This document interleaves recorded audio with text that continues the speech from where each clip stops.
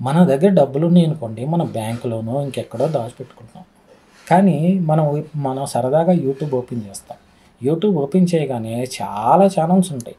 మీరు డబ్బులు అక్కడెందుకు పెడుతున్నారు? ఇక్కడెందుకు పెడుతున్నారు? ఇక్కడ పెట్టండి. మీ డబ్బులు డబల్ అయిపోతాయి, త్రిబుల్ అయిపోతాయి, 5 టైమ్స్ అవుతాయి, 10 టైమ్స్ అయిపోతాయి అని ఒకటే చెప్తారు. షేర్ మార్కెట్‌లో అట్ట పెట్టండి, ఇట్లా పెట్టండి అని చెప్తారు. దానికి మా కూపన్ కోడ్ యూజ్ చేయండి, లేకపోతే ఇదిగో ఈ లింక్ యూజ్ చేయండి అని చెప్తారు. వాళ్ళదేం పోయింది? మనం పెడతాం. లక్షలు, లక్షలు, లక్షలు, లక్షలు మనకి పోతానే ఉంటాయి. కానీ వాడు కూపన్ కోడ్ యూజ్ చేసినందుకు మనం పోగొట్టుకునే దాంట్లో వాడికి 10%, 20%, మహా అయితే 50% కూడా కొంతమంది తీసేసుకుంటా ఉంటారు. వాడేమో లక్షాధికారి, కోట్లాధికారి అవుతారు.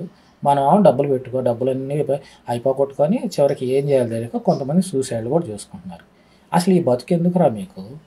అసలు మీకు ఏం తెలుసని షేర్ మార్కెట్ గురించి ఈ రకంగా చెప్తున్నారు? ఇంతమందిని నాశనం చేస్తున్నారు. దానివల్ల ఏదో ఒక పని చేసుకోండిరా. అంతగా మీకు అది కూడా కాదంటే ముష్టెత్తుకోండి. ఒక చోట కూర్చొని ముష్టెత్తుకున్నా అది మంచి పద్ధతే. అదేం తప్పు కాదురా. అంతేగాని ఈ రకంగా చేసి పక్కనోళ్ళ జీవితాలతో ఆడుకోవద్దు ఎప్పటికి.